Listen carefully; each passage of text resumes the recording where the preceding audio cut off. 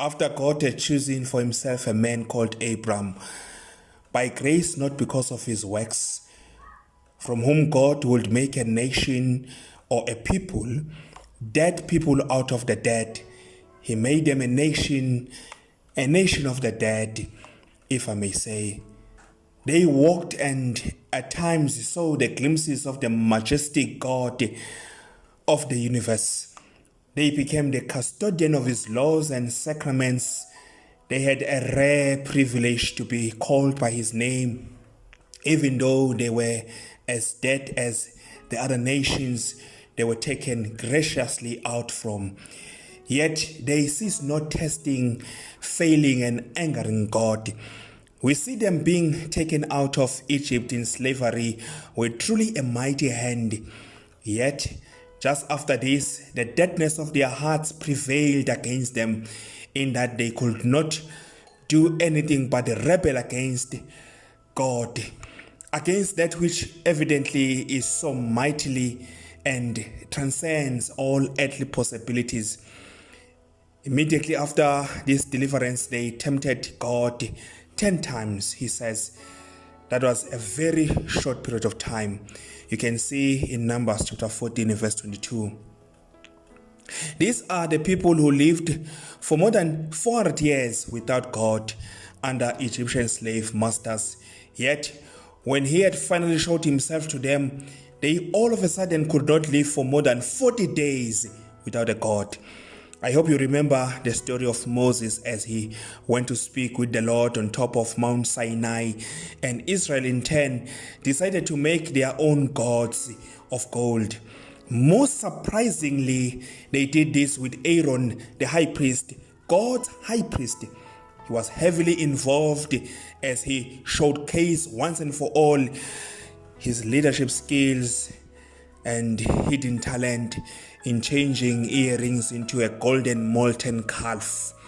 Not only that, but even went as far as denoting that it was in fact this molten calf that took them out of the land of Egypt, meaning it was this calf that appeared to Moses in the burning bush. This same calf is I am that I am. This molten piece of golden jewelry is behind all the plagues that took place in Egypt against Pharaoh. It was this calf that killed all the firstborn of Egypt and intellectually discriminating those of Israel. This is the calf behind the holy sacraments of Passover. This calf opened the Red Sea that they may go or walk on dry land, as this calf killed behind them the whole army of the Egyptians. It has always been this calf, yes. This calf heard their cries in oppression and remembered the promises that this calf made to their fathers Abraham, Isaac, and Jacob. Yes, this calf came mightily on Mount Sinai, if you may still remember, with burning fire and earthquake, with voices of ways which they could not bear to hear, as man or even an animal will be killed by stoning or thrust through with a dart simply for touching as much as the stone of the mountain of a terror, if I may honestly remember, which they solemnly, because of it, pleaded carefully with Moses. Let him speak to you, Moses, lest we die. Yes, it always has been this calf that Moses was talking to. This very work of Aaron's wicked hands, from the earrings taken from a deaf and unclean ears of dead people's dead wives and children. Can you believe this? Yes, this is the extent of the deadness of human's heart. This is my assertion. If Israel is not the best available example of man's relating to the Holy God over history, none is. And if Israel, with everything at her disposal, could not believe and accordingly worship God, none can. Man is dead in sin. His heart is as the city of Jericho. The walls of his heart are tall and wide. The gates are shut completely. Nothing is coming in or going out. His free will, as it were, or should I say the shadow of its former self, is free enough to walk to and fro within the perimeters of the deadness thereof.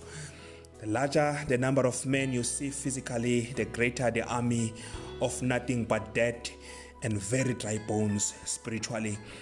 It is simply a troop of stiff-necked, disobedient and gainsaying generation of serpents, descendants of vipers. Man is dead in sin and transgressions, and man can do nothing of himself. Only God can deliver man and make man have a relationship with God. Therefore, I say to you, man is totally depraved by nature to know God, except if God can give him a new birth.